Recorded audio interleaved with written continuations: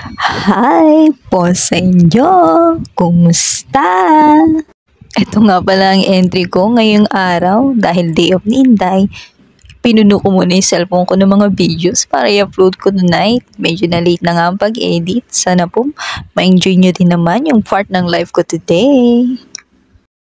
Napakaabala nga ng araw ko. Ang dami kong ginawa. Dumaan nga pala ako sa bakery after ko mag-out dun sa aking hanap buhay. At ayan nga yung cake na nabili ko. Matapos niya, nagpunta na rin ako ng palengke. At kay traffic nga, ewan ko ba, basta may pulis, may traffic. At yan na nga, pauwi na ako, traffic pa rin. Pero okay lang yan, at least natapos na ako mamili. Konti lang naman ang pera ko, kaya pinagkasya ko lang, pasapat sa amin lamang yung aking pinamili. At ito na nga, nagde-decorate na ako. Dami kong pamangkin, kompleto ang gang. At ayan nga, enjoy na enjoy silang nagkukulitan at mga naglalaro pagkatapos naming mag-decorate. Kung anong ginagawa ko, ginugulo talaga nila ako. Basta daming bata, daming kulit. At ito nga, nung natapos ako at nakuha nila yung mga lobay, tuwang-tuwa sila. Awa naman Diyos, nairaos namin ito na kahit paano may kaunting handa, nagkasya naman. Tuwang-tuwa nga mga batata, pag binibidyohan ko sila, ang kukulit, grabe. Lalo na tong dalawang to, yung isa dyan, medyo maldita. At yan na nga yung cake namin. Niligyan ko lang yan ng cake toppers. At yan nga ang aking papa, ang aking father, kasama ang mga apo at iba kong mga kapatid.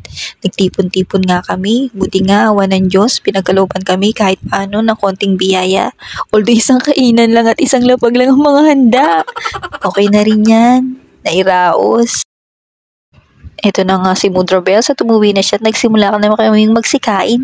Gutom na nga sila kasi sabi ko hintayin si mama bago sila magsikain. At ayan nga, mga nagsigutom na kami at kanya-kanya nga kaming kuha ng aming mga gustong kainin.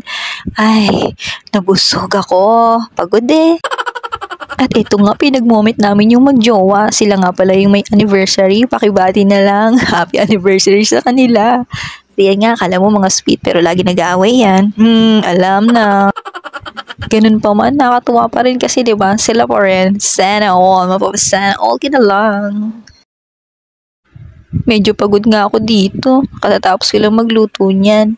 Yan na nga, binidyo ko na ang buong kabahayan. Dami namin, no? Oh, ayan na. Nag-selfie na yung magjowa at itong aming mga pamangkin.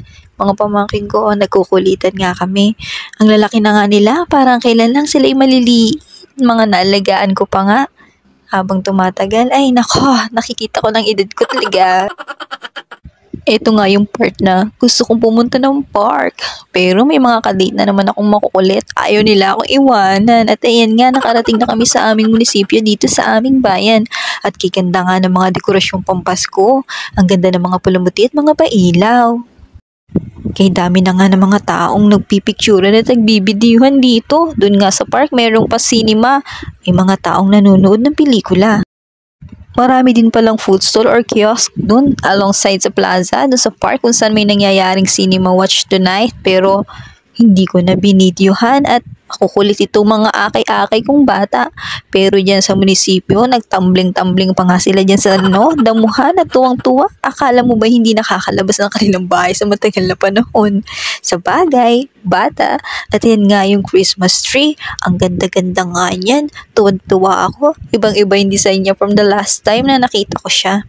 Although, appreciate na lang natin. Ang ganda niya, di ba? Ganda nung pailaw. Dahil nga natuwa ako, ayan, kinunan ko ng video. Nag-moment nga kaming magtita at ayan nga. Maganda rin naman yung aura na itong aming munisipyo talaga. At ito nga mga kasama kong bagets ay tuwang-tuwa rin. Tuwang-tuwang kinukunan ko sila ng video. May pa-posing-posing pa nga sila kaso ang niligalig. Maya-maya nananakbo na naman sila.